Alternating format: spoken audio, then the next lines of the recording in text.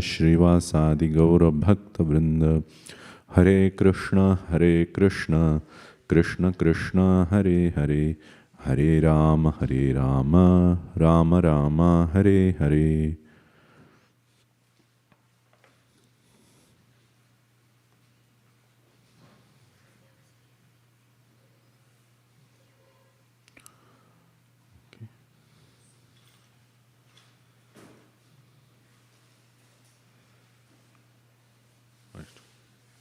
So today we will be discussing about the 9th chapter, which is also the last session for this semester of Bhakti Sastri.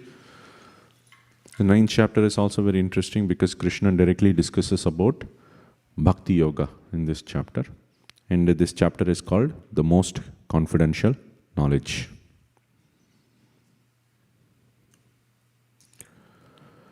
So here, there is a gradation of knowledge.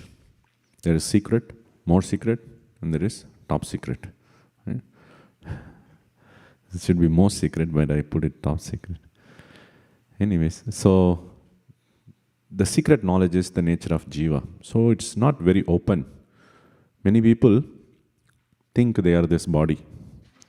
And if you talk to a normal, your friend who is doing day-to-day job, he'll say this, I have got only this life. And I want to enjoy everything, whatever I could within this life. I don't want to miss it. It's a very common attitude people are holding, right?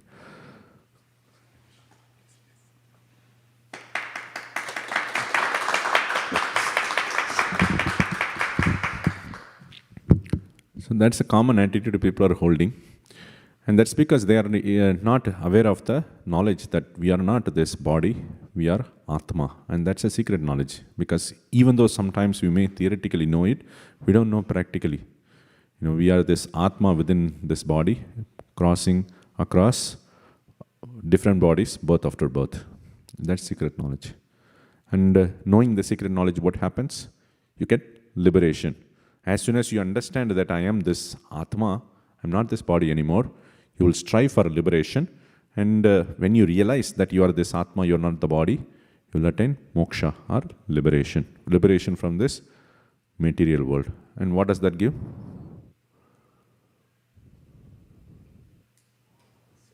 Happiness. Service is what the devotees attain. Regular jnanis, when they just get out of this material world, they attain the liberation. They just get free from all the miseries. There is no more suffering, just a bliss, peaceful state. You just exist. That is why many people do meditation these days, right? Why? They want to be peaceful, they want to forget. And people also go to movies. Why? You want to forget what's going on in your life, right? You want to be just projected into some other reality. So you'll be happy about it. Huh? We want to forget this because this world is we are not able to bear the sufferings in this world. Mentally, physically, depends on your karma of the past. So this knowledge, that is, I am this Jiva, is going to give you liberation. Now the second, more secret than that, is that there is God. You are not the only person existing in this world. There is God also existing, who is superior than you. And that's even more difficult. Many of the people in the different religions, they don't even accept it. For example, in the case of Buddhism, right? They don't accept the existence of God. There's just only voidness that is existing, that's all. And even within Vedic culture also, there is a certain class of people, they accept I exist, nothing beyond that. Okay, this aham tva existing, that's all. They don't accept a separate existence of God. Even in the scientists, when they do research, they come to, there is some kind of supreme power is there, but they don't accept like, okay, this is God, he's having a personal form, he's creating and he's maintaining. They don't come to that conclusion. They can, at the most, come to the conclusion that there is some superior power beyond that's acting upon. So this is more secret. You may even accept your own existence that beyond the body, but accepting the God is actually much more secret than that. The God has to reveal that he is existing. Right? So that is more secret. And what is the most secret? That you have a relationship with God. That's even superior to that. Because There is God existing and I am existing. Let him exist, I may exist separately. I don't have any connection. We can just exist together. But there is a deeper connection between the two. And that is why in Chaitanya Charitamrita it is said, Jivera Swarupa Hoy Nitya Krishna Das. The Jiva's real nature is it is servant of the Supreme Lord. It has a relationship with the Lord. And that relationship is revived by Bhakti or a devotional service to the Supreme Lord. So this is the gradation of knowledge. Secret, more secret, and top secret. All right. So, the gradation of knowledge. All right. Feel free to ask any question in between. This is just a one-pager summary of the entire chapter. This chapter has 34 verses. We are dividing this into 4 sections. How do you read this? You read this point 1, 2, 3, and 4. Those are the broad sections. The first, what Krishna talks about, he talks about the secret knowledge and what happens to those who believe in the secret knowledge and what happens to those who don't believe in the secret knowledge. Right? The second, then he talks about his opulence. Why God has to talk about his opulence here in this chapter of the top secret. What is the top secret? You have a relationship with the Supreme Lord and then you do that by bhakti. Right? Why he has to talk about his opulence here? Yes, that's hint there in the slide. To inspire bhakti. So you need to understand, see the thing is, why should I serve someone? That person should be attractive to me, right? And Krishna is the all attractive. He attracts everyone, right? So then I should serve that person. So that is inspiring. Okay? To inspire, he is showing his opulence. Then there is varieties of people who approach God. We have seen one class of people who are approaching God in 7th chapter. Does anyone remember that? 4 classes of people? Yes. The distressed, the desires of wealth, the inquisitive, and those searching for knowledge of the absolute. No, you want to repeat that in the mic again? The distress, the desire of wealth, those searching for knowledge of the absolute, and the inquisitive. Yes, very nice. So here we are going to see one more set of people who are approaching God in different ways and what destination they are going to attain, apart from the distinctions that have been earlier mentioned in 7th chapter. Finally, he talks about actual pure bhakti and then how the Lord is controlled by the devotees. So God should be impartial, correct? Correct. But how can he be controlled by devotees then? As soon as you do favoritism, you are not impartial. Right? That is why we call the politicians are corrupt, because they do nepotism. They just support their relatives. They put them in the power without looking for qualification. So the Lord is impartial, and he asserts that in this chapter. Yet at the same time, he's also impartial. He's also not impartial. He's also partial. We'll look at that, how it is.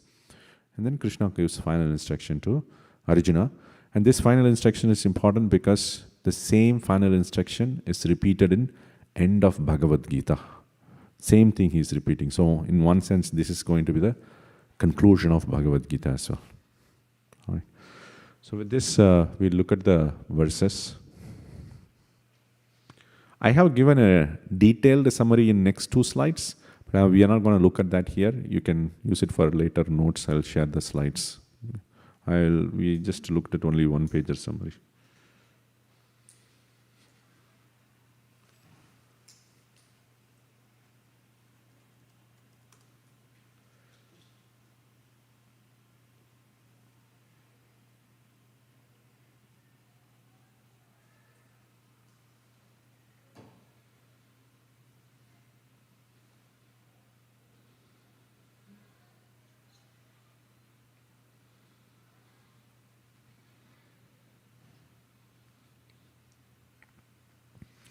Shri Bhagavan Vacha Idantu te guhyatamam Pravakshamyanasuyave Jnanam Vijnana Sahitam Yajgyatva Mokshase Shubhat. Anyone would like to read the translation? Or you can just start rotating, one person after the other. Let me actually make it more bigger. It's not so visible. Hare Krishna, Prabhuji, I can read from online. This is Shyam Chandra Das. Okay, go ahead, Prabhuji. Yeah, translation. The Supreme Personality of Godhead said, "My dear Arjuna, because you are never envious of me, I shall impart to you this most confidential knowledge and realization, knowing which you shall be relieved of the miseries of material existence." Okay, Hare Krishna. thank you, Prabhu. So here Krishna is saying that he is going to reveal the top secret knowledge. And the reason he is revealing is, Arjuna is non-envious. That's very critical. We don't reveal this secret knowledge to envious people. That means those who are not able to accept the Supreme Lord. This is also one of the qualities of the Madhyamadhikari. The Madhyamadhikari preaches to the innocent people, those who are ready to accept. That's why we say when we go to book distribution, look for the ripened souls, right? We don't look for those who are having hatred mentality, and we don't try to preach them. We don't give this knowledge, because by giving to them, they'll even offend the Lord more, right? So we don't teach this knowledge to them. And Krishna is also teaching to Arjuna because he is non-envious, anasuyave. He is anasuyu. And what will happen to that? You shall be relieved of the miseries of material existence. So you will be free from all the sufferings by knowing this knowledge.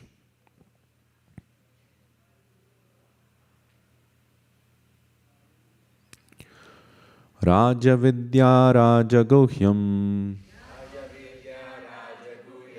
Pavitram Idamuttamam Pratyakshaavagamam Dharmyam Susukam Kartumavyayam. So this is Raja Vidya, the king of all the knowledge. So there are so many kinds of knowledge in this world we have. But this is going to be the king of all the knowledge. Okay? And it is also king of all the secrets, Raja Guhya, most secret. And it is very purifying. That is the Bhakti. Bhakti Yoga is that secret knowledge, and it is purifying by its nature. Anybody coming into touch with Bhakti, they are going to be purified. Just like when you enter into Ganges, Ganga, you take bath. You may know the glories of Ganga, or you may not know the glories of Ganga, you are going to get purified.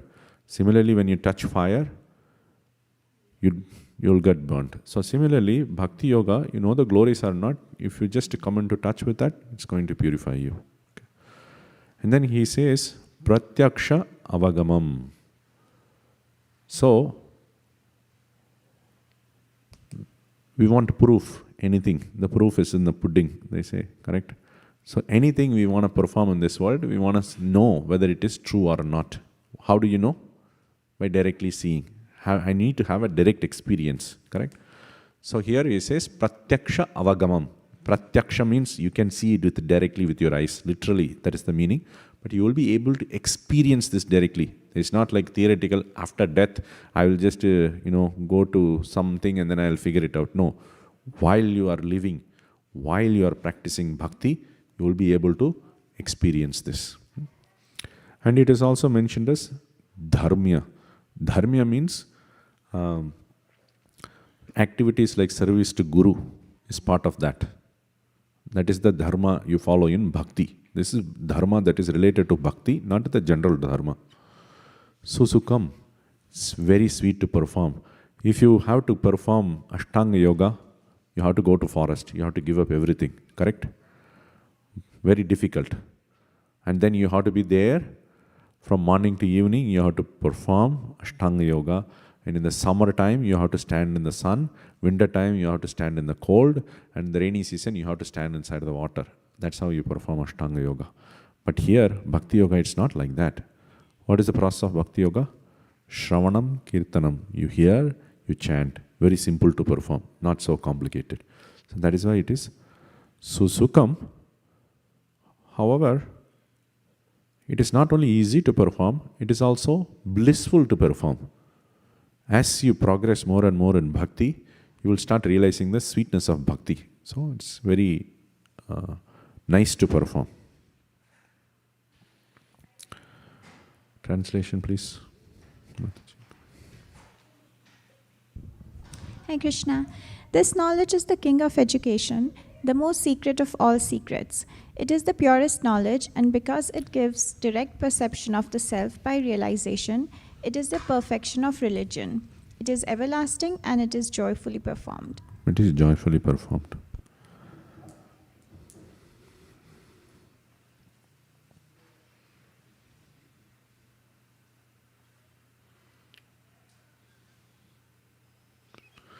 Ashraddhadhana Purusha Dharmasyasya Parantapa Aprapyamam Nivartante Mrityu Sangsaravatmani. Okay, so Krishna has explained the top secret knowledge and what is its glories. But those who do not have faith on this, what is going to happen? They are going to not attain the Supreme Lord. That is obvious. But not only that, they are going to simply keep on roaming around this material world. Why? They are not desiring Krishna who is out of this material world. And they want to stay in the material world. So they will get what they are looking for. Translation? Those who are not faithful in this devotional service cannot attain me, O conqueror of enemies. Therefore, they return to the path of birth and death in this material world. Any path you take, you need to have faith. Even you go to school to study something, you are having faith that by studying this particular school, I'll be able to get to I'll understand the knowledge, and I will get a job, correct? There is a faith in that. It's not that without faith I go and study. Similarly, if I have to become an astronaut, I have to enroll myself in a school, study that, then I can become an astronaut. And then go outside of the earth and then I can see whatever I want. But you need to first put faith that this path is going to lead. Even if you take a flight, for example, you need to put a trust on the pilot and airplane and staff, then the airplane navigation system who are guiding the airplane from the bottom, right? And then you are putting faith on the country, the source and the destination. They won't shoot the airplane when you land there, right? So much faith. We don't research and then verify, go directly and inquire. It's impossible to do all these things. We just get into the flight and then we just follow. Anything in this world you do, you need to have faith. Without faith, nothing can be accomplished. But as when you take with the faith, when you start executing, you should be able to see the result. That is why Krishna says is pratyaksha avagamam, that you will be able to directly see it in bhakti also.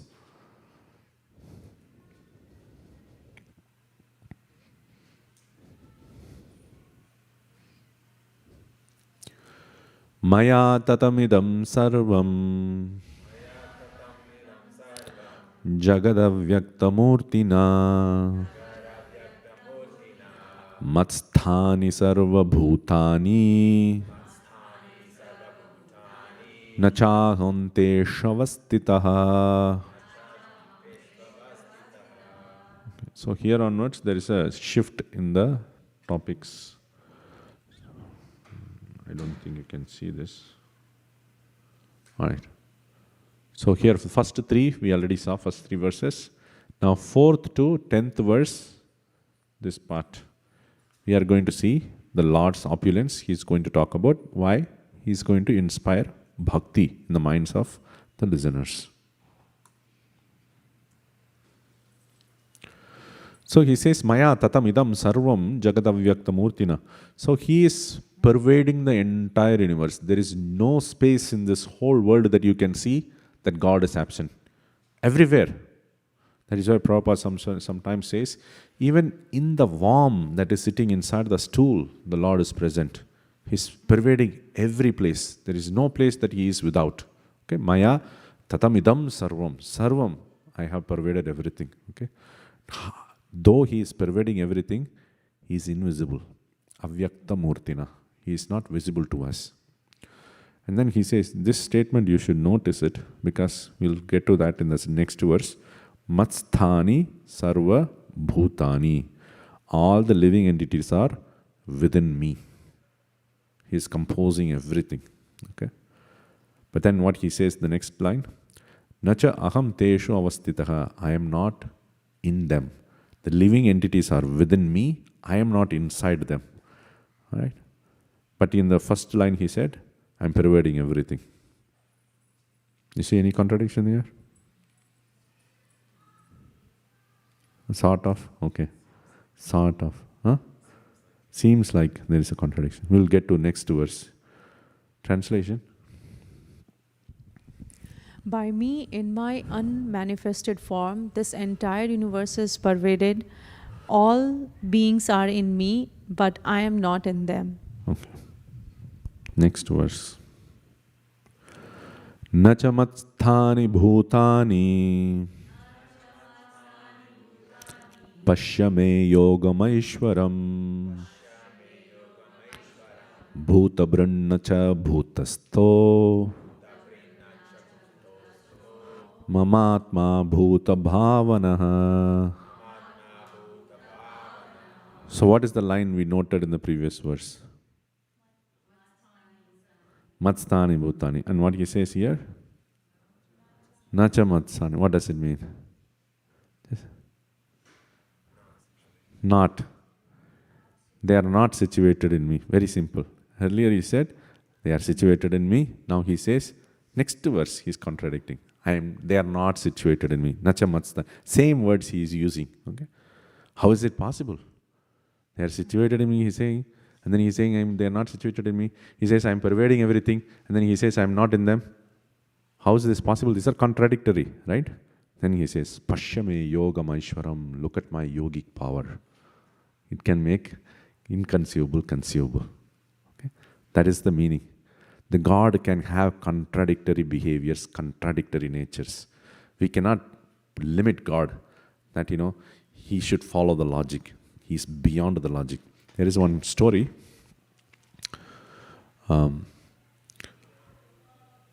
That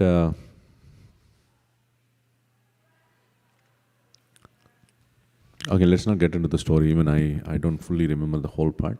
But I'll ask you a question instead. Can God create a mountain that he cannot lift? Huh? He can create a mountain he cannot lift. Then, if he cannot lift, then he cannot lift. Can do both. He can do whatever he wants. Anybody else? Yes, Prabhuji. He Yes. can do both because if you want, he can lift. If you do not want to lift, he will not lift. Okay. That is his choice. Okay. So you are all scholars. Hare Krishna. I'm asking basic question. All right. Yes, that is the answer. He can do both. He can create it and then he can also lift it. This is Prabhupada's answer as well to the same question somebody asked Prabhupada. Right? So he can do contradictory things. It's not impossible for him. But one way to explain, understand this two verses we read here, where he says, Matsthani bhutani, nacha matsthani bhutani. Everything is situated in me, yet they are not situated in me. Why? See, when Krishna says everything is situated in me, he is talking about his energy. His energy is the Maya Shakti. The Maya Shakti covers everything. All right? He is separate from it. Why this whole material world is full of contamination? How can contamination exist inside the God? This is the basic question. We have anger in this world. We have murder in this world. We have all the faults in this world, right? How can these faults exist in God? It cannot. But then if God has to encompass everything, right? How is this going to be possible? So he creates another entity which is subordinate to him, that is called the Maya, that is the energy, and that pervades everything. Okay? So the energy and the possessor of energy are non-different. Just like, for example, if I take a sword, let's say I'm a king, I take a sword and then I go to the war, and then I kill so many soldiers on the opposite side. Then when I come back, and all the soldiers, all the country people in my country are praising, oh wow, what a sword it is, it has killed so many people. Does that make any sense? No. But it is true, isn't it? The sword killed the people, right? But it is the person who used the sword. Though the sword killed the people, but the person is using the sword to do it. The credit goes to the person. So similarly, the energy, the external energy is also a tool for the Lord. Though the external energy is doing it, because it is performing under the control of the Lord, so He is the performer. Just like if you are working in the company, your boss or your lead of the project, he may lead everything, and if anything goes wrong, he will get the project goes into a haywire, then he gets the credit. If the project becomes successful, he gets the credit because he is leading the project. Similar to that. It's a crude example. Okay, translation please. And yet everything that is created does not rest in me. Behold my mystic opulence. Although I am the maintainer of all living entities, and although I am everywhere, I am not a part of this cosmic manifestation. For myself is the very source of creation. So he is distinguishing himself from the material creation, and he is also saying he is pervading everything as well. That means he is not touched by it. He is not contaminated by it.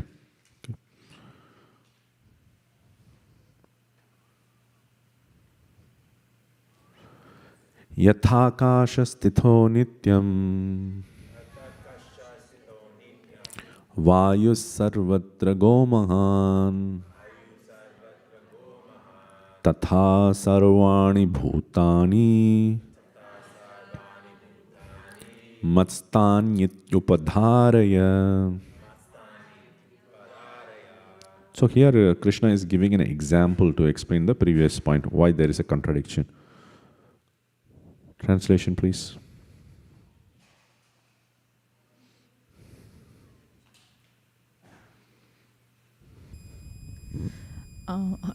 Understand that as the mighty wind blowing everywhere, rest always in the sky. All created beings rest in me. Okay. So the wind, little bit it's going to be dry now, the example, because this is space. We are sitting inside the space, right? The space is the holder of us, is holding us. Just like if you take a balloon and then you pour water into it, the water is held by the balloon, correct? So similarly, the space, what we are seeing here, that is holding us, okay? So the space also holds the air. But the air and us can move around. We are not held by the space. We are not captured by it. We can move around, right? So the vessel is not contaminated by the content that it is being possessed. Suppose if I take a vessel and then I pour poison into it, is that vessel contaminated by the poison or not? No. Can I pour milk on that? Throw out the poison on top of that? So it's contaminated. So what is contaminated mean? It's destroyed by that. Or if you pour out an acid, for example, and it may get, burnt as well, correct? It is contaminated. But in this case, it is not contaminated in the case of the space and the air. So that is why Krishna is giving example. It is like that. Though I am holding everything, it does not contaminate me. That distinction is there.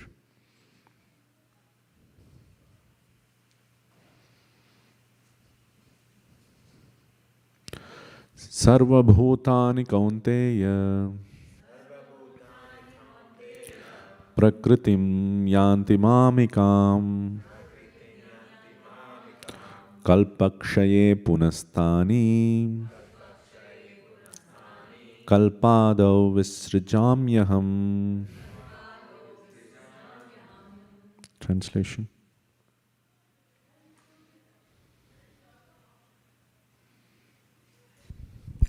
Hare Krishna. Hare Krishna. Translation. O son of Kunti, at the end of the millennium, all material manifestations enter into my nature, and at the beginning of another millennium, by my potency, I create them again.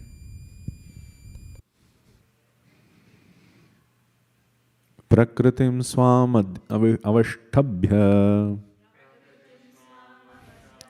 visrajami punah punah bhutagramam imam kritsnam avasham prakriter vashat. The whole cosmic order is under me. Under my will, it is automatically manifested again and again. And under my will, it is annihilated at the end. Okay. So, here he is creating everything again and again. At the end, it gets destroyed, the whole world. And the beginning of the next creation, he creates it again and again. We'll study about this whole creation cycle very detailed in Bhagavatam.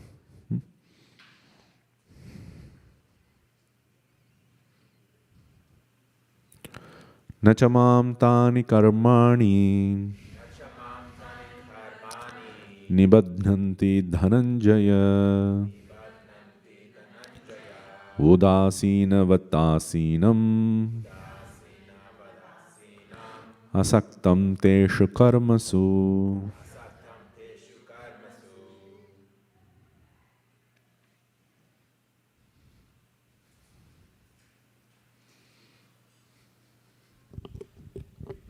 O Dhananjaya, all this work cannot bind me. I am ever detached from all these material activities, seated as though neutral. Okay. So, he said in the last verse that he is creating all this whole world, part of which the living entities like us also get body, right? Now, we see in this world there is so much inequality. There are some people who are rich from birth, they are born with a silver spoon. And there are some people who are not even having access to basic water. In some places they are born like that. They do not have food, water or shelter, anything. Why is there inequality? When God creates, He should create everybody equal, correct? Why is there so much inequality? So here Krishna is answering, I am not the responsible person for that. Okay? I am detached from all of these things. I just create bodies according to their karmas. It is not just like the person judge who is giving the judgment in a court, right? He may ask somebody to be killed or he may ask somebody to be put in jail for 25 years. But he is not affected by that. He is not going to be thrown into jail because he is giving miseries to others. So he is just delivering reactions to the person who has committed some criminal activities. That's all he does. So similarly, the Lord also is neutral. He is just awarding what we deserve.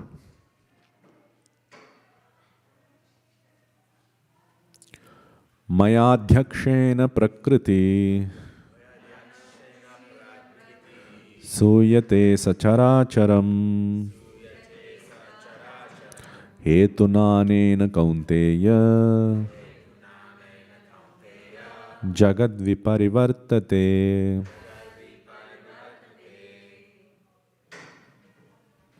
Huh? Online. Somebody wants to say online?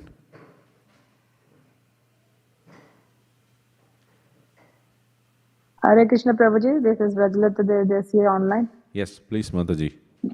This material nature, which is one of my energies, is working under my direction. O son of Kunti, producing all moving and non-moving beings.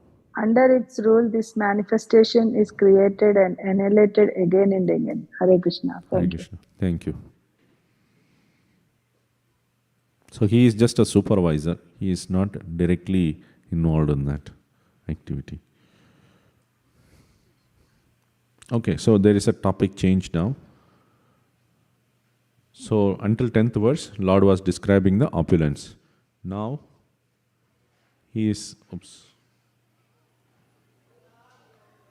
now he is discussing about dealings of varieties of people with the Lord and their destination. How different people are approaching the Lord and what they are going to achieve. And this goes until verse 25. Avajananti mamudha manushim tanumashritam param bhavam ajananto mama bhuta maheshwaram.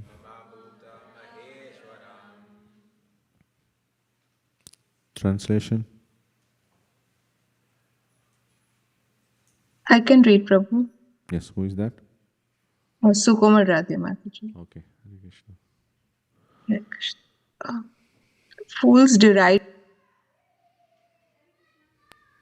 Fools deride me when I descend in the human form. They do not know my transcendental nature as the Supreme Lord of all that be. Okay. So this is an important verse. When Krishna comes into this world, he looks like a normal human being, like you and me. If he stands in front of us, he will look exactly like a human being, though he will be very beautiful and attractive, but he will look like a human being. And then his activities, what we are seeing in Srimad Bhagavatam, how he deals with his friends. He plucks out when they are eating, he plucks out and then he eats that. Just like kids in this world, how they behave. He plays with them and everything. So by this, we should not conclude that he is actually a human being. Neither we should say that he was actually a king. This is a, in the recent days, you would hear people, many of the spiritual leaders, they are saying that, Krishna was a very good king in the past. He was a very good human being. No, he's not a very good human being. He is Supreme God. That is why he is scolding them. Avajananti ma mudha. The mudas or the fools, they disrespect the Lord. How? Manushim tanumashritam. So they think that he has taken a human body. Though he is possessing a human body, human-like body, but he is not taking a human body which gets destroyed by material energy. Okay? He is not like that. Param bhavam ajananta. They are not understanding he is actually of superior nature. And because of this, they commit this mistake. And what happens to those people when they commit the mistake? That is the next verse.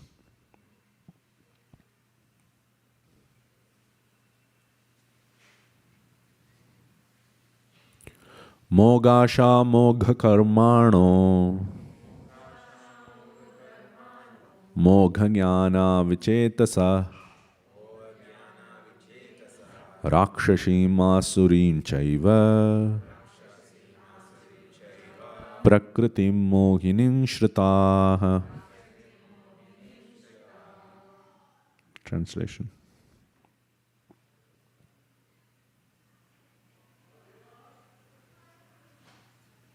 You can start. Those who are thus bewildered are attracted by demonic and atheistic views. In that deluded condition, their hopes for liberation, their fruitive activities, and their culture of knowledge are all defeated. Okay. So,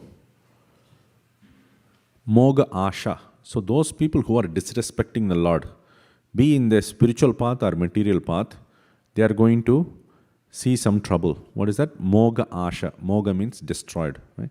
Asha means desires. All of their desires are going to be destroyed. They are not going to achieve the final end results of their desires, be it in the spiritual path or be it in the material path. That's why even in devotees, if they think that Krishna is actually a human person or he was a very good king or prince in the past, he was not actually Supreme God, even their desires of attaining the Supreme Lord is going to be destroyed. They are not going to get that.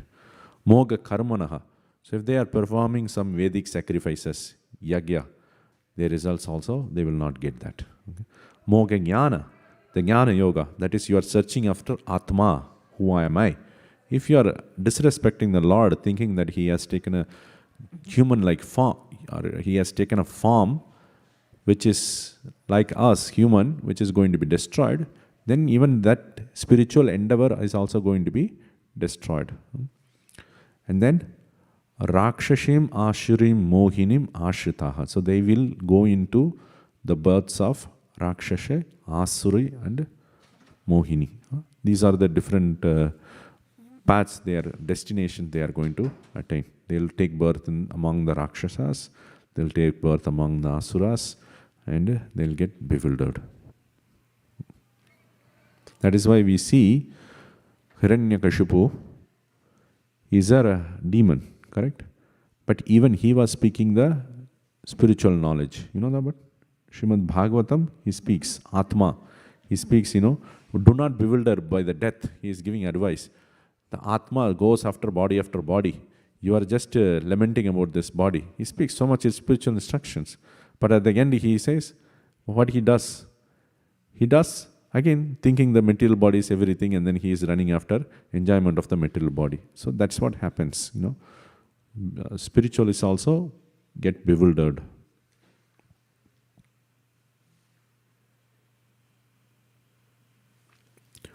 Mahatmanastu mam partha Daivim prakritimashritah Bhajantyananya manaso Jnatva bhutatimavvyayam. Now he talks about the devotees. First he talked about people who disrespect him. Now he is talking about devotees. Devotees are the Mahatmas. Translation, please. O son of Prutha, those who are not deluded, the great souls, are under the protection of the divine nature. They are fully engaged in devotional service because they know me as the Supreme Personality of Godhead, original and inexhaustible. Okay. So, these people are taking shelter of Daivi Prakriti. Okay. In the previous verse, we also saw Mohini Prakriti. So, those who are disrespecting the Lord, they will get this bewildering nature. They are taking shelter of that. Whereas here, the Mahatmas are taking shelter of Daivi Prakriti. That is the internal Shakti of the Lord. That is what they are taking. And they are worshipping the Lord all the time. Ananya Manasa. Ananya Manasa. Anya Manasa means our mind is always distracted by other things. Ananya Manasa means it's not distracted by anything else other than worship of the Supreme Lord.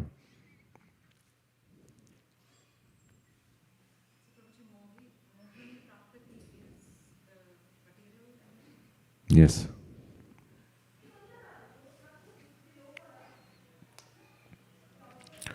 Satatam kirtayanto mam yatantascha dridhavrataha namasyantascha mam bhaktya nityayukta upasate. And what do these devotees do? Translation, please. Always chanting my glories, endeavoring with great determination, bowing down before me, these great souls perpetually worship me with devotions. And this is the secret knowledge, pure bhakti also. Satatam kirtayanto mam. Always. Satata means always. Continuously they perform kirtan. Dridhavrata. Dridhavrata means their vratas. Like we fast on Ekadashi, we fast on Janmashtami and the other festival days.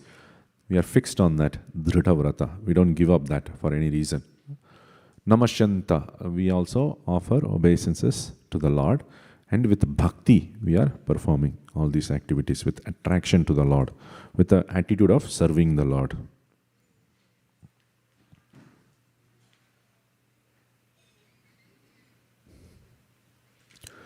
Jnana yajnena chapyanye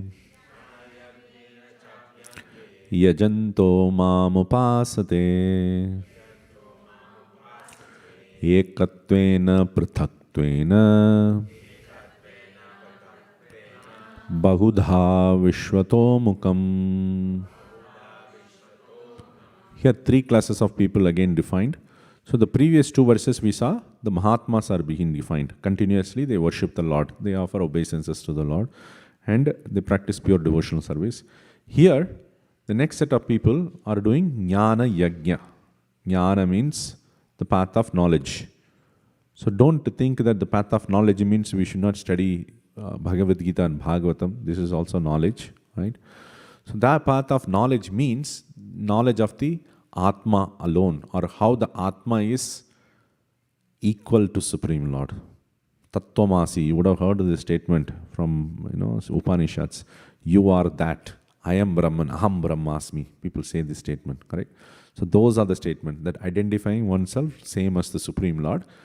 That is the second way of worship. It is little bit inferior worship, and there are three classes of people here. Okay, Ekatvena, Prutatvena, Bahuda Vishwato Mukham. Okay. Ekatva means oneness. They think I am non-different from the Lord. Okay. Prutatvena, that means they are worshipping different demigods. They think these demigods, Indra, Chandra, all these people are non-different from the Supreme Lord.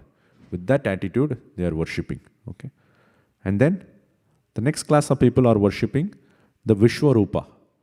That I see God everywhere, in the sense of not the devotees, in the sense of that even the chair is also God, or even this is also God, or you look at the power that is exhibited by the Lord in this nature, looking at the beauty, they appreciate it. So in that way, they are worshipping the Supreme Lord, seeing the Supreme Lord through all the material things. So these are the three classes of people. These people are low class, not low class, less graded devotees than the Mahatmas previously described.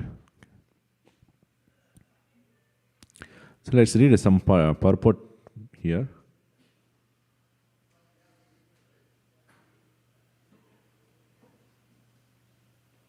Okay. Somebody can read this? This verse is the summary of the previous verses. The Lord tells Arjuna that those who are purely in Krishna consciousness and do not know anything other than Krishna are called Mahatma. Yet there are other persons who are not exactly in the position of Mahatma, but who worship Krishna also, in different ways. Some of them have already been described as the distressed, the financially destitute, the inquisitive, and those who are engaged in the cultivation of knowledge. But there are others who are still lower, and these are divided into three. One, he who worships himself as one with the Supreme Lord. Two, he who concocts some form of the Supreme Lord and worships that. And three, he who accepts the universal form, the Vishwarupa of the Supreme Personality of Godhead, and worships that. Okay. So you would like to summarize this, what's mentioned here? Go ahead. Just tell whatever you understood.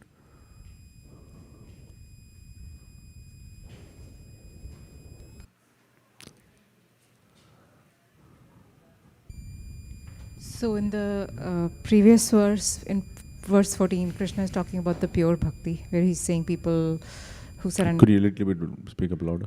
So in verse 14, Krishna is talking about the pure bhakti, where he's saying that these are the people who surrender unto me and they have great determination and they worship me.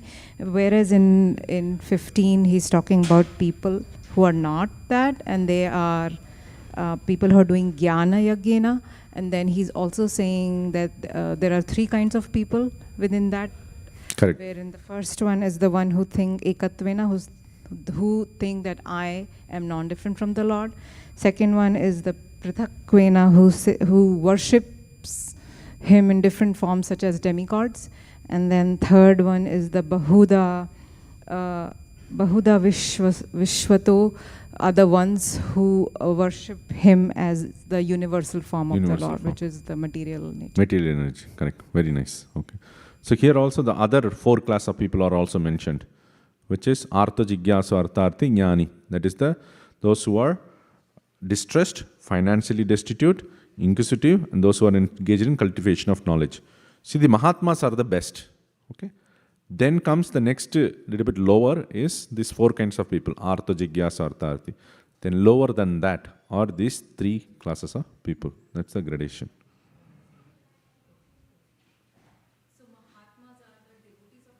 The pure devotees of the Lord. Pure devotees means those who practice pure bhakti. Pure bhakti as a sadhana and sadhya stage. Two stages are there. Sadhana means we are practicing pure bhakti, that we do not desire anything from the Lord other than service to the Lord. When we are chanting every day, I am not thinking I should pass my examination, or I should get promotion, or I should get married. I am not having these desires. Okay, so then I am practicing pure devotion. Why I am practicing pure devotion? I want to serve the Lord. Service to the Lord is my goal. So that is pure devotion. But if I pray to the Lord thinking that I want to attain something, wealth, then I am become the financially destitute person. I am looking for some financial motive. Then I become the other four classes of people. Then if I think I am non-different from the Lord, oh, the Brahman is standing there, I am also Brahman. If I think like that, then I am even further lower than that. But still all these people are worshipping the Lord. You see? They are not averse to the Lord, they are worshipping the Lord.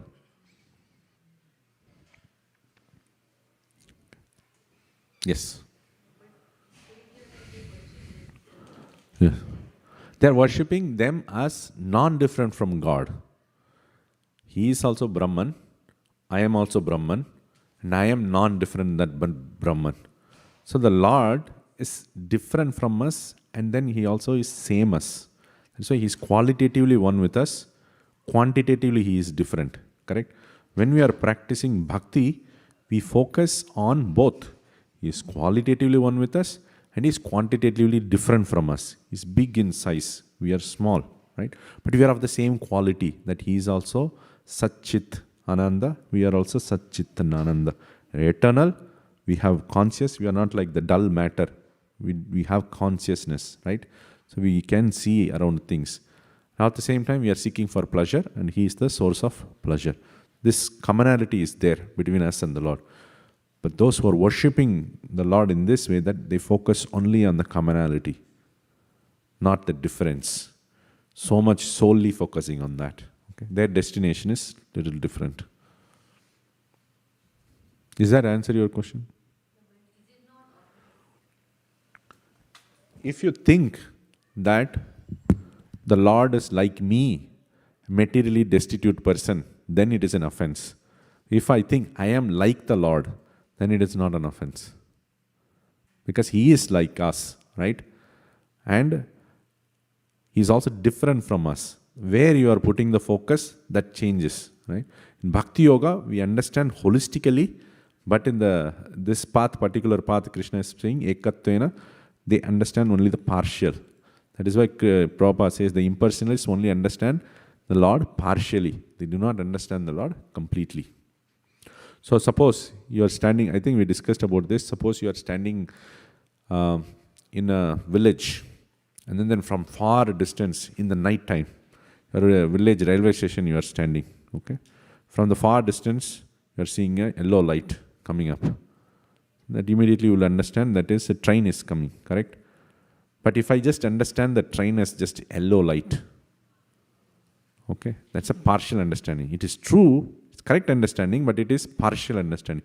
But when the train comes closer, I see there's like compartments are there, there is like, multiple this thing. That's a little bit more understanding. But when I enter into a coach and then I see, oh, there is this fan, there is a table, there is, bench and all these things, it's a complete understanding of the train. So similarly, the people who are understanding the Lord as one with me, they are only seeing the partial side, like the light from the distance. They are not understanding the Lord completely. That is not an offense. Those are the Gyanis. But we don't aim for that.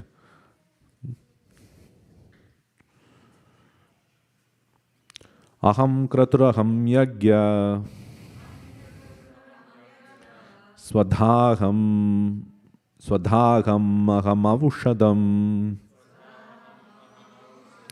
mantroham aham evajyam aham agniraham hutam.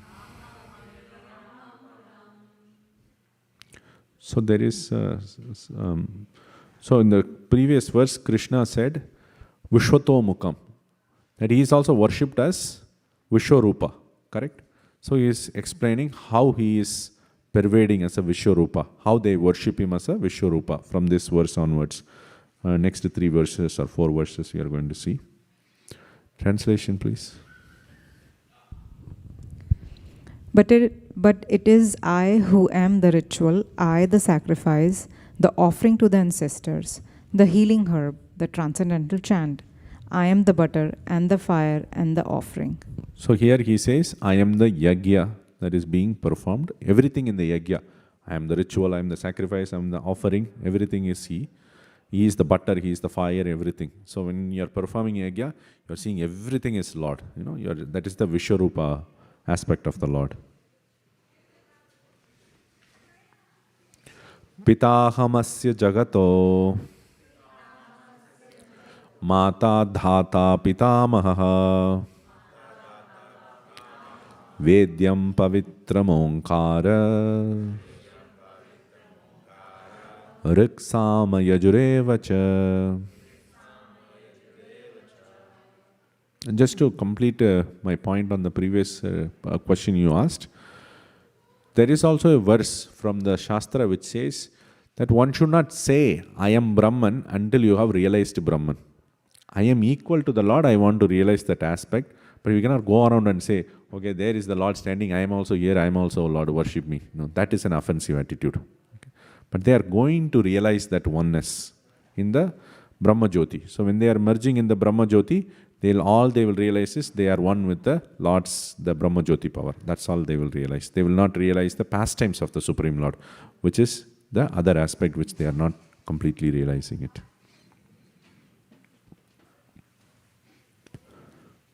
Translation?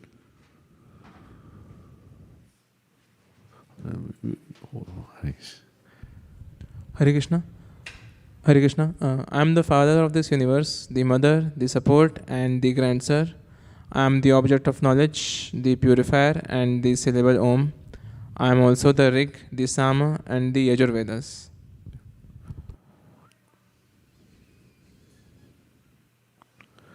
Gatir bharta prabhu shakshi nivasa sharanam suhrit prabhava pralayasthanam nidhanam bijamavyayam.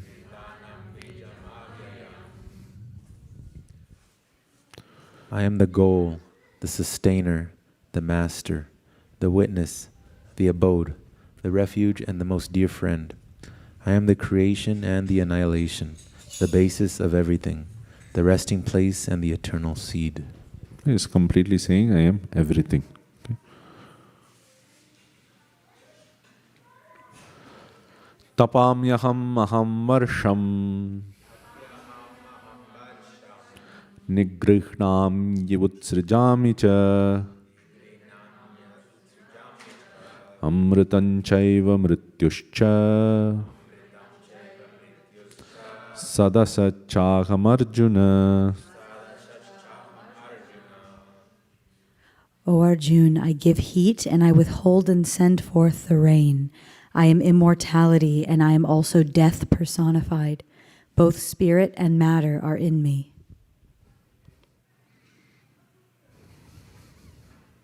You would have seen a similar statement from the Oppenheimer. Recently a movie was also released. I am death personified. Here he says, Amritam chaiva mrityuscha.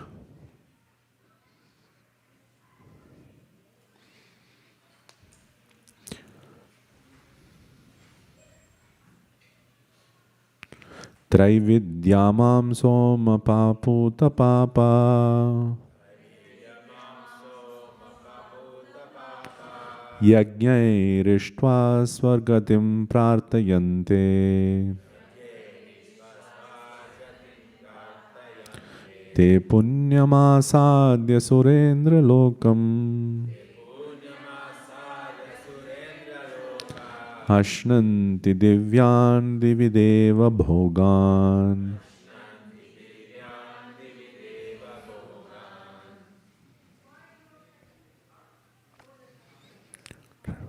Online.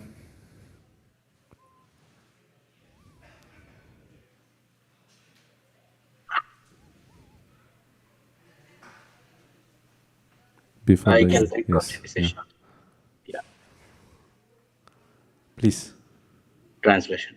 Those who study the Vedas and drink the Sama juice, seeking the heavenly planets, worship me indirectly. Purified of sinful reactions, they take birth on the pious heavenly planet of Indra, where they enjoy godly delights. Okay. So initially we saw people who are disrespecting the Lord. Then we saw who are Mahatmas or the pure devotees. Then we saw a class of people who are little bit lower, perform low grade worship of the Lord. Now we are coming into the people who are averse to the Lord, yet they are also dharmic in nature. They are dharmic people, but they are not interested in worshipping the Lord. So what will happen to them? Okay. So please read the translation. Oh, we read that already, the translation. So here, they study the Vedas. Okay. They perform yagyas and they are seeking for heavenly enjoyment. Purified of their sinful reactions, they go to the planet of Swarga and they have their enjoyment. And they enjoy there as well. And what happens after that? Te tam bhuktva swargalokam vishalam kshine punye martyalokam vishanti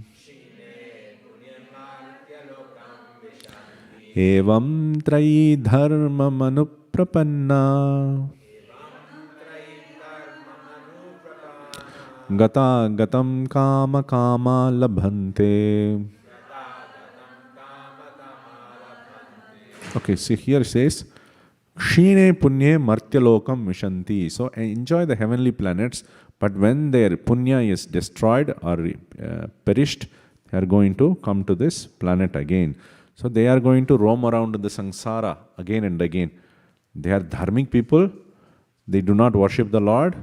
Rather, they worship the yagyas and the demigods.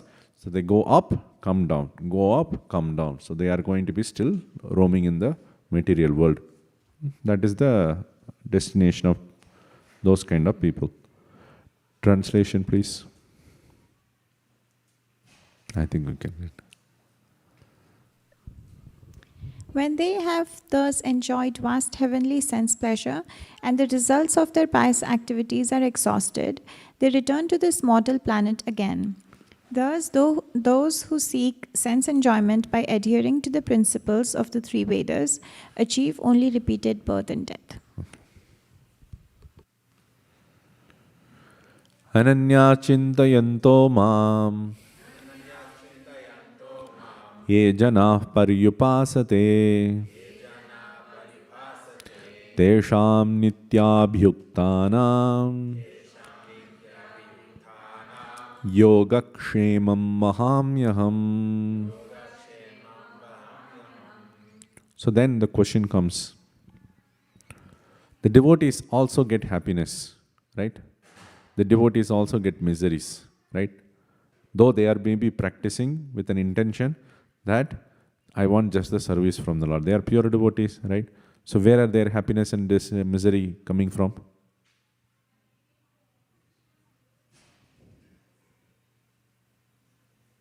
Pious karma. So here Krishna says, Yoga Kshema Mahamyaham. I am giving that happiness as well as misery. Though he doesn't exactly say misery here, but whatever they are achieving, he is giving that. It is not by their punya and papa, because they are not going to perform those punya and papa activities anymore. They have taken shelter of the Lord. So whatever is coming in their life, it is given by God. It is controlled by the Supreme Lord. That is the Vaishnava understanding. Translation. But those who always worship me with exclusive devotion, meditating on my transcendental form, to them I carry what they lack and I preserve what they have. So here Krishna is focusing on the happiness part. Like, the devotees get happiness not because of punya, or devotees get something, they become famous or whatever it is. That's not by punya they have done in their previous life. That is because of the Lord's desire. Okay. Whatever is suitable for them. Similarly, the same thing with suffering as well. The Lord is giving what is suitable and conducive for them to progress in spiritual life. Okay.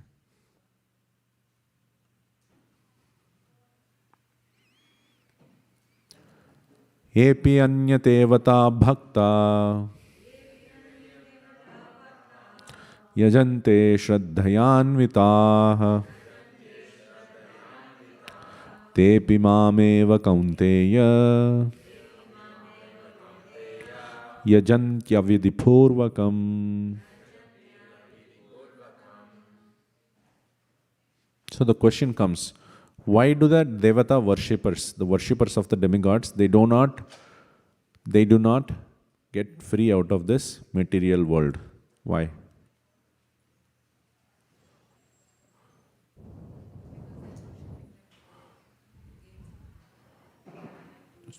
So even Krishna said in the previous chapters that financially destitute people, they are also devotees, they are going to get liberation.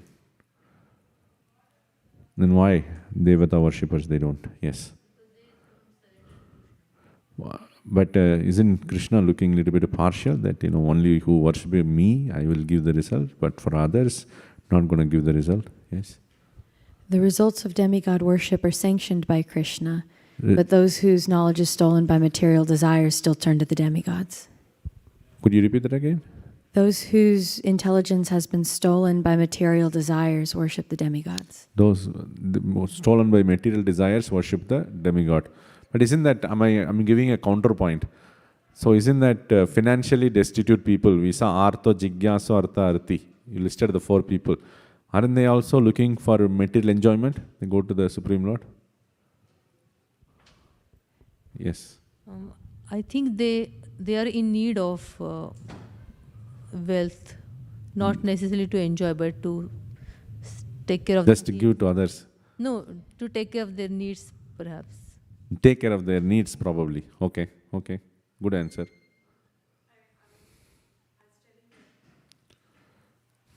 Yeah, I was telling the similar point, like what is an objective towards achieving those financial goals?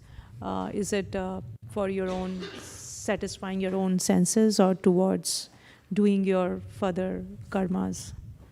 Okay, further karmas, okay. So here is the question. If they are praying to the Lord to get money, and that to use in the service of the Lord, or whatever the needs they can fulfill so that they can practice bhakti, correct? Should they be called pure devotees, or they should be called impure devotees? Huh?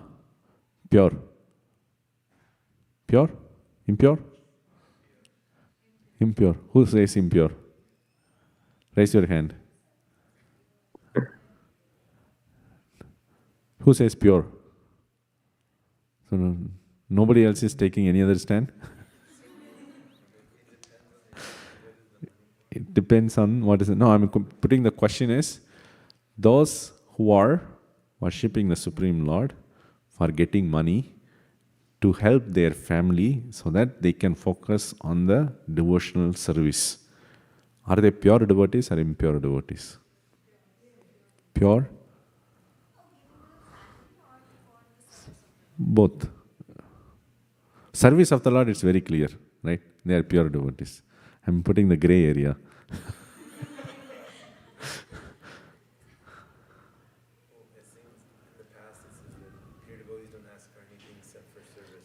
Simultaneously, some teachers say it's okay to pray for something.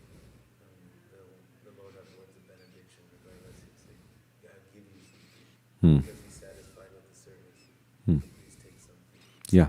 So the pure devotees, when they pray to Krishna continuously for material things, even though taking care of the family, that becomes a little bit mixed prayer.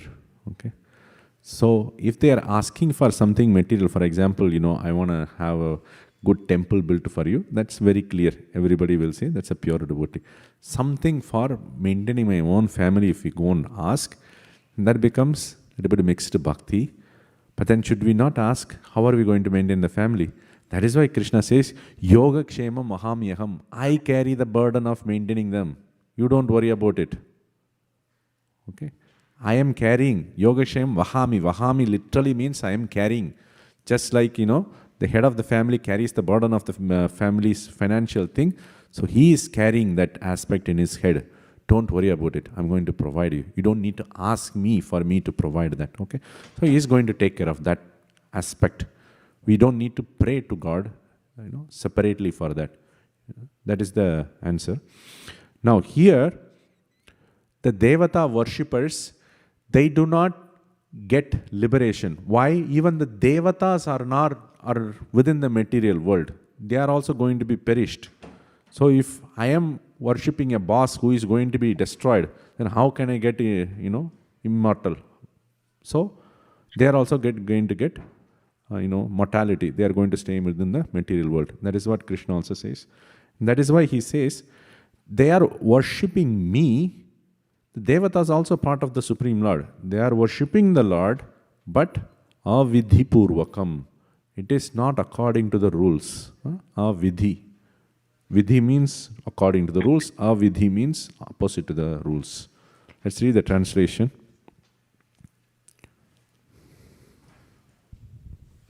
Those who are devotee of other gods and who worship them with faith actually worship only me, O son of Kunti, but they do so in a wrong way. Right. Okay. So here is another question. Here Krishna says, those who are worshipping demigods are doing a wrong way. They are worshipping, correct? But isn't that some of the Puranas are saying that you should worship the demigods? Like some Puranas say you should worship Kartikeya, you should worship Ganesha, you should worship Shiva, you should worship Kali, Durga, right? They are also in the part of the scripture. Like he says, they are avidhi purvakam. They are not worshipping according to the rules. How's that?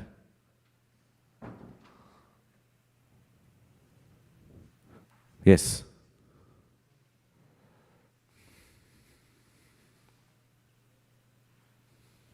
Hare Krishna Prabhu. From what I remember hearing from devotees, that Yes.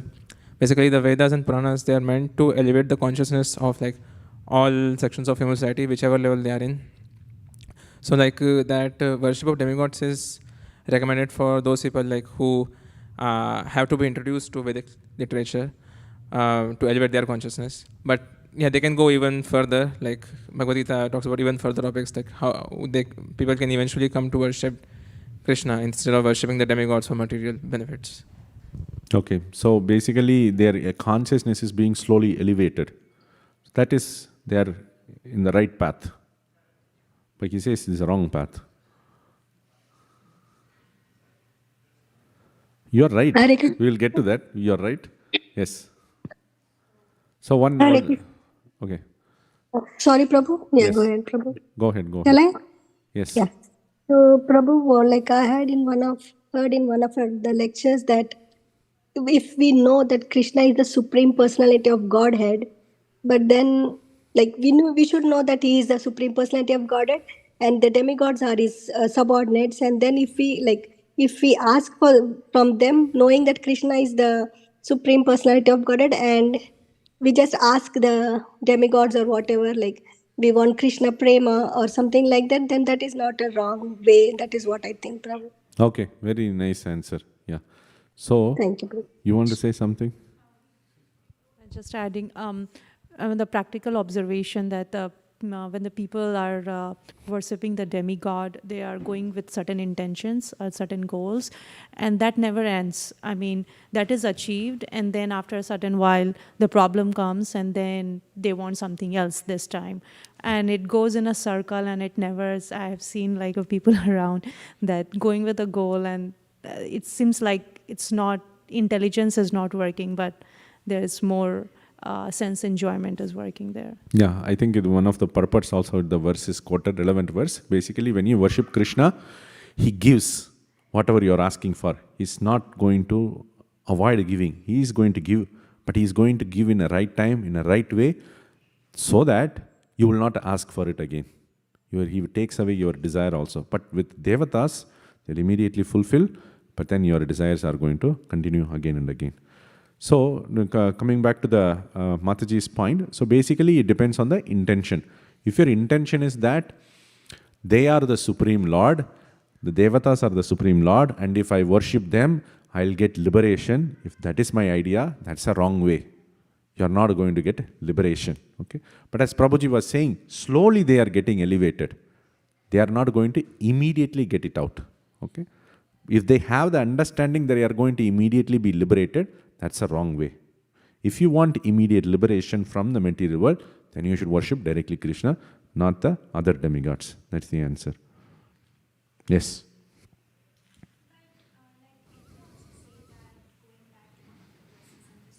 Hmm.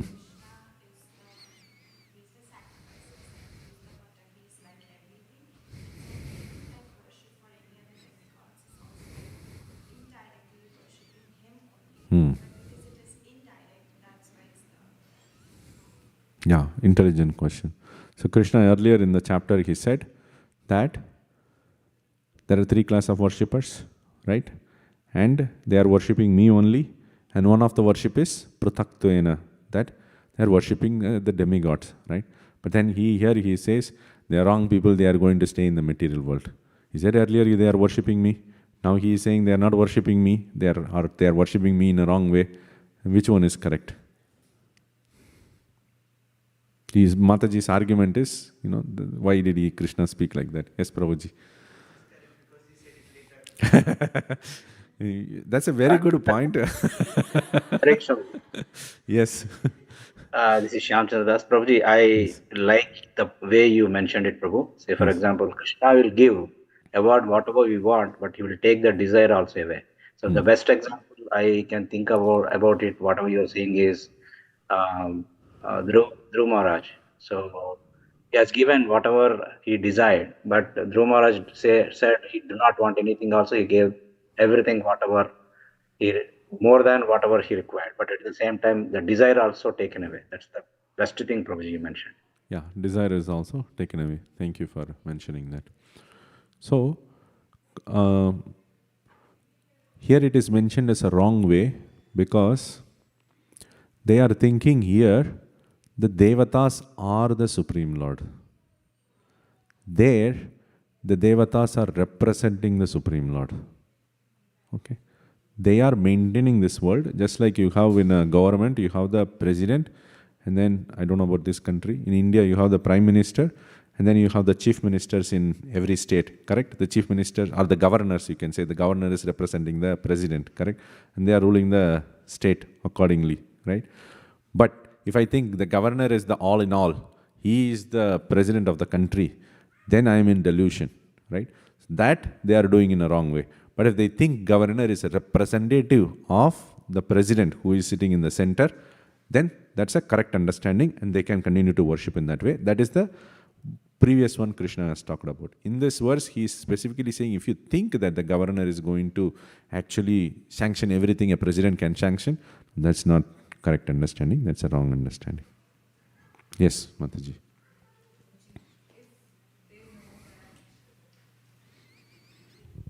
That the governors or the demigods are representing him. Why do they go to him then? They should go directly to Krishna. If they already know that they are just the representatives and he's the supreme, then there is no point going to them, right? Yeah. Why, if they think that the Supreme Lord is the everything, and why do they go to the Devatas? Because of the fear? Okay. You want to use the mic? I had heard in one of the classes that Krishna has allotted different departments, like for knowledge you go to Saraswati, or for like other such, he has like allotted tasks to demigods, and so people might think to just directly approach that department in order to like get immediate like benefits for their... So immediate benefits. Yeah. Out of fear, out of immediate benefits, you want to say something? Oh. Just for the other explanation also, I'm just saying that if they know that, they are even the head of department, or they're going to, that means they are in illusion. That means they don't know Krishna is the supreme. Because when we know Krishna is the supreme, we will not go to anyone else. So all the demigod worshippers also, they go to demigods because they don't know Krishna is the supreme. right? You know Krishna is the supreme. Now will you go to a demigod? You will? Okay, so I'll give you one more example. So, as you know, some of you have said that point already. I know Krishna is the supreme, but I can also think Krishna has created all the demigods, and their purpose is to manage a particular department, and so I will take shelter of them if I have that understanding. I will respect them. Hmm? I will respect them. But would I take shelter of them? Yeah, you are a pure devotee. I mean, you are a sadhaka in the pure devotional path. That's what I'm saying. So that's why I'm saying So if you have this understanding that I take shelter of Krishna, he will satisfy me, everything, whatever I want, right? Then you are in the pure devotional path.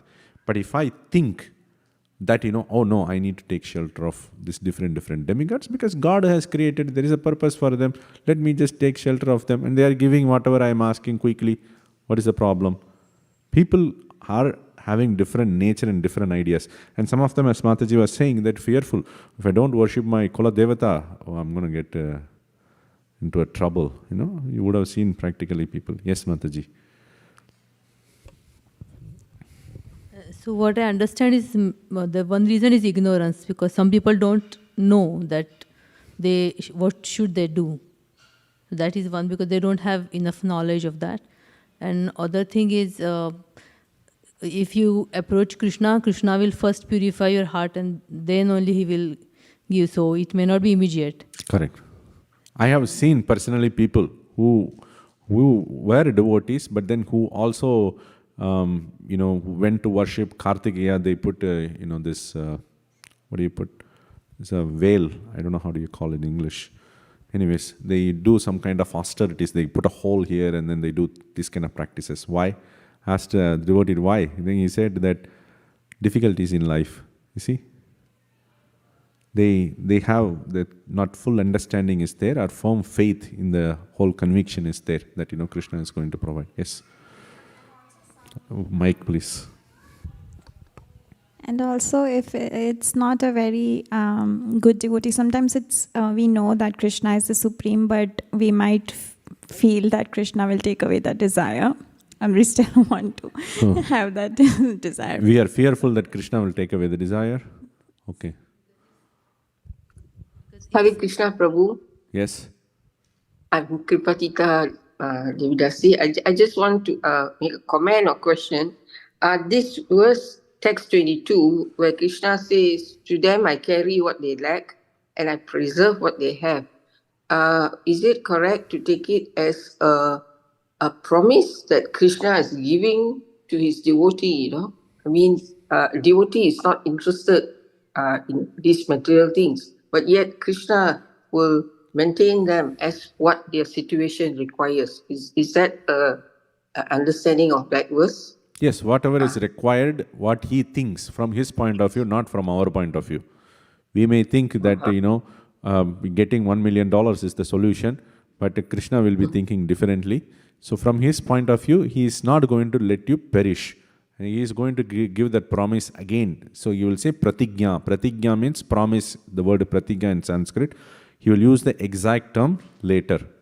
So that my devotee will not be destroyed. So yes, that is correct. Somebody was saying. Thank you. Yes. Thank you, Prabhu. Thank you. So somebody, even somebody has a theoretical knowledge that Krishna is the supreme, but that person is still very attached to his or her own desires, even though theoretically they know they won't be able to get there. What is the question? Because of the, no, it's not a question, just the reflection, the point you are saying. Yes, correct. Some people may have, some desires. Because of that desire, they will approach some demigods. Because they know that where should they go, but still they're so attached. They're so much attached to their desire and they want to get it fulfilled. They can't do that. Same thing can happen if you're thinking working in the software industry or any other industry. My boss is the giver.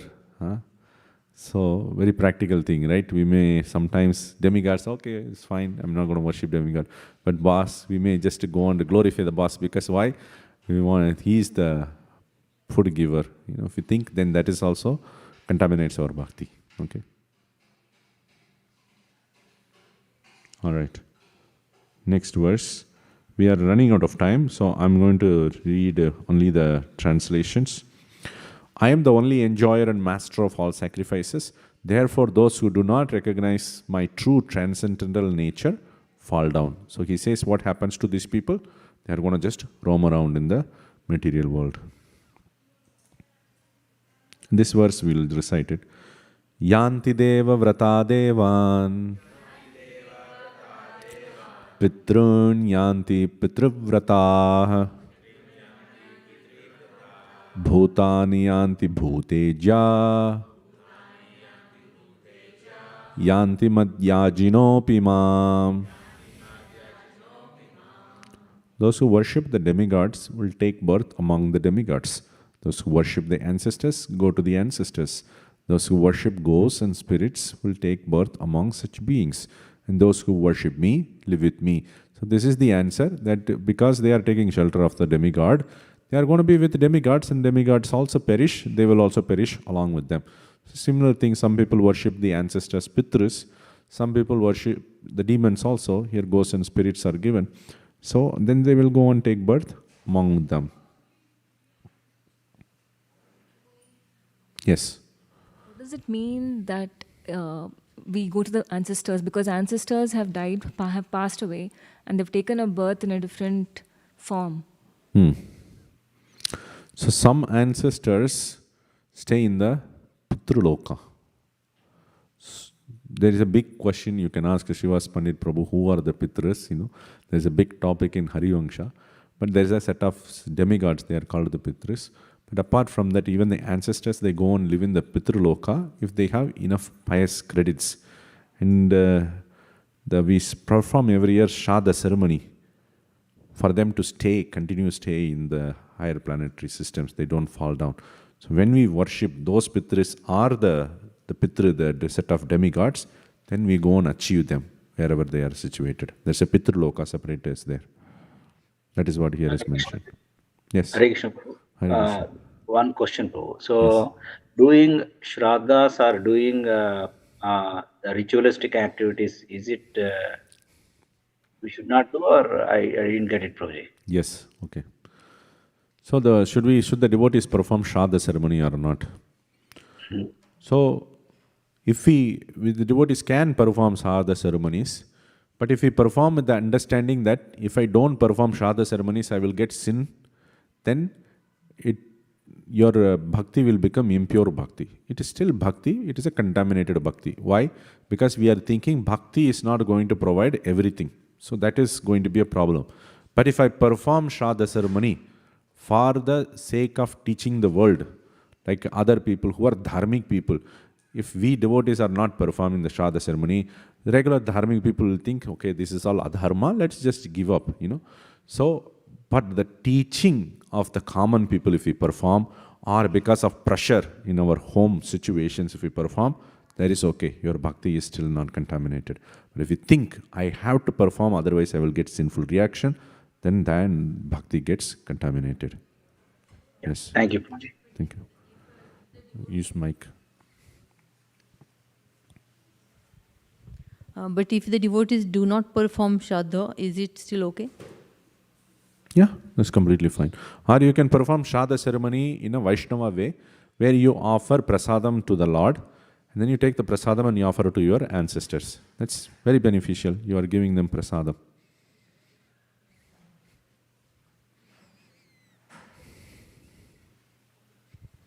Prabhu, please skip the question if you don't feel it is in line with our discussion. Prabhu, if we are practicing certain ritual to maintain the dharmic regulations and set an example for others, with that logic, should we be also practicing demigod worship? Because again, we will be called adharmic because they are in ignorance, and in ignorance they say, why only Krishna? Right? So with that logic, I have been in that situation where, oh, you don't worship Lord Shiva, you don't worship Lord Kali. So how can that be I mean, that logic can be construed in this way as well. So what should be our intention? So we don't do activities that contradict our bhakti. For example, even in the Shraddha ceremony, we don't worship the ancestors. We rather worship the Guru Parampara. Okay, they are our ancestors. And then we take the prasadam and then we give to the birth ancestors. Right? So we worship the Vaishnavas. Similarly, even in the yagyas or other ritual activities you can perform, like for example, the samskaras you perform, Shodasa samskaras are there. When you are performing the sanskaras, wherever there is Devata worship is there, you replace that with worship of the Supreme Lord. Now for others, for example, you are going in a family setting and then they are asking you to come to a demigod temple and then you worship. That is fine. You look at the demigod at that time as a servant of the Lord, that he is a servant of the Lord. I am just praying to that. That's for the sake of the family. We don't privately go on to worship the demigod separately, because that is contradicting our path of bhakti, where we accept Krishna as the sole supreme master for us. Yes. Yes. Yeah, again, in the same line. So Prabhu, we practice Vastu Shastra, right? So if we are thinking Vastu Shastra is, again, this could be open a Pandora box, so please skip if you don't want to. If we think Vastu Shastra is a way to solve our problems, isn't that impure bhakti? Because we are thinking like worshipping Lord Krishna is not going to solve our problems. Okay, I'll ask you a counter question. Do you go to a doctor? Yes. Is that not a contradictory to bhakti? Because it's going to solve a problem. No, it's because on the bodily platform. Vastu is transcendental? It's on bodily platform, yeah. So I will leave it at that. But then we go to demigods for asking something on bodily platform only. I know. This is I know where you are going. How about we take it at the end if we have time? Okay, we have some more verses to cover. Okay, next verse. Patram pushpam palam toyam yome bhaktya prayachati tadaham bhaktyupa upahritam ashnami prayatatmanaha. So here Krishna is talking about pure bhakti. Okay, this is a secret knowledge. If one offers me with love and devotion a leaf, a flower, a fruit or water, I will accept it. See, this is the very simple. Susukam kartum avyayam is a very, very easy to perform. You don't need to actually work so hard to get all this stuff. Everything is whatever is available to you, you offer that to Krishna. And he says, if you offer with bhakti, love, then I accept it. That's the most important aspect. Bhaktya prayachati. He has to give with bhakti. Then he says ashnami. Ashnami means I eat or I enjoy that. Whatever.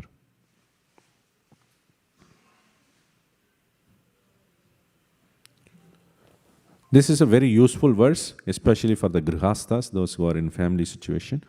Yat karoshi yad ashnasi yajjughoshi dadasi yat yat tapasyasi kaunteya tat kurusva madarpanam. Whatever you do, whatever you eat, whatever you offer or give away, and whatever austerities you perform, do that, O son of Kunti, as an offering to me. So the previous one was talking about Swarupa Siddha Bhakti. There is two technical terms I'm going to introduce. One is Swarupa Siddha Bhakti. Swarupa Siddha Bhakti means the activities by its nature are bhakti. For example, when we are chanting the holy names of the Lord, when we are hearing the pastimes or the Bhagavad Gita or Bhagavatam, that's bhakti in itself. You don't need to offer to God at the end. But we also perform other activities. For example, taking bath in the morning, or we go to job and we perform our job and we earn money. These are not bhakti activities, but we perform that. But even then, they can be converted into bhakti. How? You offer that to Krishna. So at the end of the day, you say, oh Krishna, I offer whatever I have done, everything. unto you. That is what Krishna here says. Whatever you do, whatever you eat, whatever you offer, you do that as an offering to me. Narayanaya for the, or Krishnaya for the Lord, I am offering all my activities. Some of the activities we perform are not bhakti, and we convert them into bhakti, and that is called Aropa Siddha Bhakti. Aropa Siddha Bhakti means the activities are not bhakti, but we are imposing bhakti. Aropa means projecting bhakti into it. Okay, at the end of the day. Very useful for the grihasthas. But we should always not give up Swarupa Siddha Bhakti. That is the most important. As we grow in bhakti, we should be able to do more and more Swarupa Siddha Bhakti. The Aropa Siddha Bhakti will go less and less as we progress in spiritual life as well. I'm going to a job, for example. I'm typing coding from morning to evening. Then I come back, that's not bhakti. Unless I type Hare Krishna, Hare Krishna. So then I come back to home, then I offer that as an offering to God.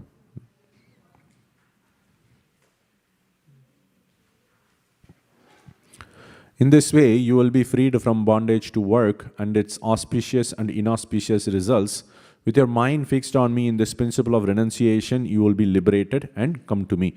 So in this way, if you do Swarupa Siddha Bhakti and Aropa Siddha Bhakti, you will be eventually freed from all the contamination and you attain me. Krishna is giving this guarantee. Yes. Hare Krishna, a quick question. So can Aropa Siddha Bhakti be considered as Karma Yoga? So in the Karma Yoga, you need not necessarily offer it at the end. That I am doing all these things for the satisfaction of the Supreme Lord. Here, you are offering specifically, consciously, that I am doing all this to please you, O my Lord. When that consciousness is there, then it becomes Aropa Siddha Bhakti. Karma Kanda activities also you can do, part of that. You can do non-Karma Kanda activities also. For example, going to job and doing coding is not recommended in the scripture, right? Are not prescribed in the scripture. Yet we do that. Even those activities, that's why Krishna, Yat Karoshi Yajasnasi, whatever you do, offer it to me. Don't think it has to be prescribed in the scripture. Even if it is not prescribed in the scripture, that you perform your job or whatever it is, you offer that to me as an offering. No, I'll after come to you, yes. So does it mean that Karma Yoga is subset of Aropa Siddha Bhakti? It's a little bit different, though they share some overlapping is there. They may perform the same kind of activities, but the in consciousness matters. How you are offering here to please the Supreme Lord, here you are not necessarily offering it.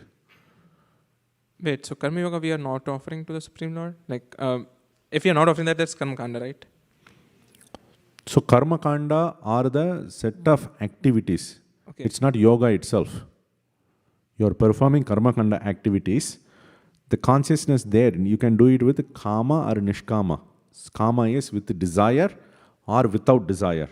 So there is two parts to it, right? If I do with desire, attain Swargaloka. Right? We come back. We saw in that one of the previous classes. If we do without desire, I get to realize my Atma. That is the goal there. The goal is to realize my Atma. Then you progress to Jnana Yoga. From there you continue performing Jnana Yoga. Here the goal is to perform Bhakti. I want to surrender to the Lord. And because I have to maintain myself while living in this world, while doing sadhana, I offer these activities also to the Supreme Lord to make it a bhakti, make it complete. Okay. The whole focus is on bhakti here. There the whole focus is on the karma yoga part of it. That the goal is different. Here the goal is to have a relationship with the Lord, develop prema for the Lord. There the goal is to progress from karma yoga to jnana yoga. That is the goal. Karma yoga also does not give the final result. You have to progress from there to Jnana Yoga. Jnana Yoga gives you the final moksha or liberation. Alright, so basically, because of the presence of Swarup Siddha Bhakti and because the purpose is to develop relation to God, it becomes different from Karma Yoga. Correct, yes. Okay, thank you, Prabhu.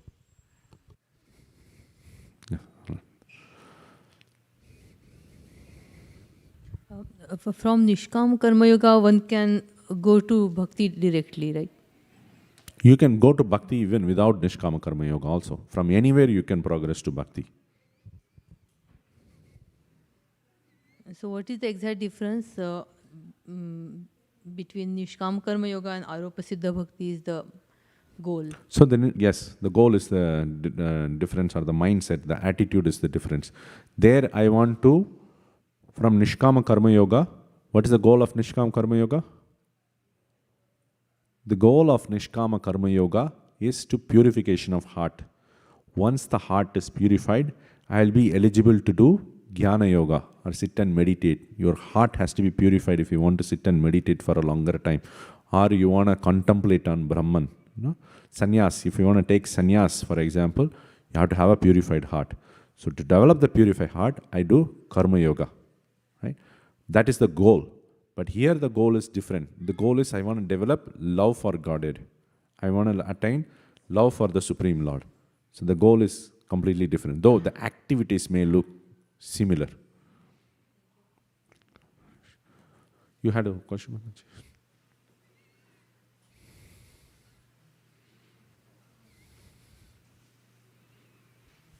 So, Prabhu, as you mentioned for Aropa Siddha Bhakti, if it's not prescribed duties and just offer it to Krishna, it becomes Aropa Siddha Bhakti. But there are few things, like as an example, if I give, it's like shopping or something. It's for my pleasure that I'm doing, and still if I offer it to Krishna, would still it become like Aropa Siddha Bhakti? Yeah, it is not so pure, but it still can be part of the Aropa Siddha Bhakti. But as much as possible, we try to do not for our desire. But even though something you do with your desire, you can still offer. That Jiva Goswami says in Bhakti Sandarbha. Thank you. All right, next verse. Samoham sarva bhuteshu name dveshyosti na priyaha ye bhajanti tu mam bhaktya mayi te teschapyaham. So here Krishna says, Samoham sarva bhutesu. I am equal to all the living beings. I am sama. Name dveshya. I do not hate anyone. Name priyaha. No one is closer to me. No one is desire to me. Right? Then this is the first one we discuss. He says tu. Tu means but. He says, Ye bhajanti tu mam bhaktya mayi te teshu chapi teshu aham. So, those who are worshipping me, I am in them and they are in me. So this is showing the love they are having for each other. That he loves them more and they are loving him back more. So the understanding is, the God is giving equal opportunity for anyone to love him. But those who are loving him, he loves them back and there is a special relationship. This is how he is both neutral, yet at the same time he is partial as well. Okay? So this is the question being answered here. Translation. I envy no one, nor am I partial to anyone. I am equal to all. But whoever renders service unto me in devotion is a friend, is in me, and I am also friend to him.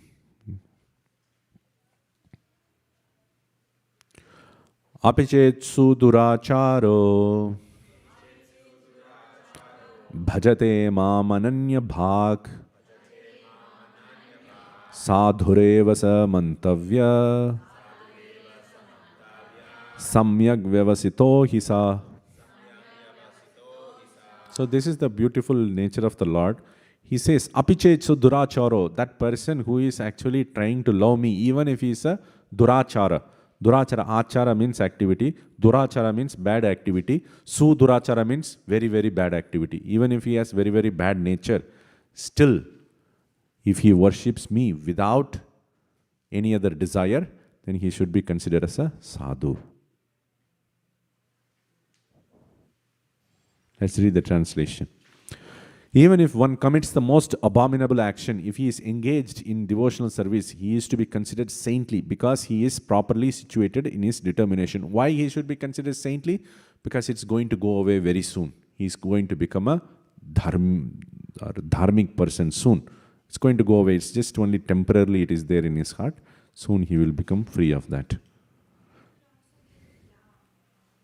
Now you want to use this mic?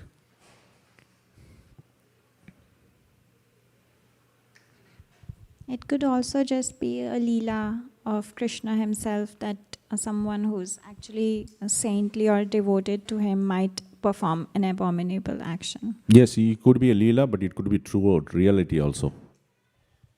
Reality is that sense that because of his past activities, past contamination, past addictive behavior, he may commit sins because of that.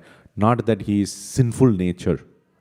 He is, because of the past activities he has engaged, there may be a slip back, but he will continue to, perform good.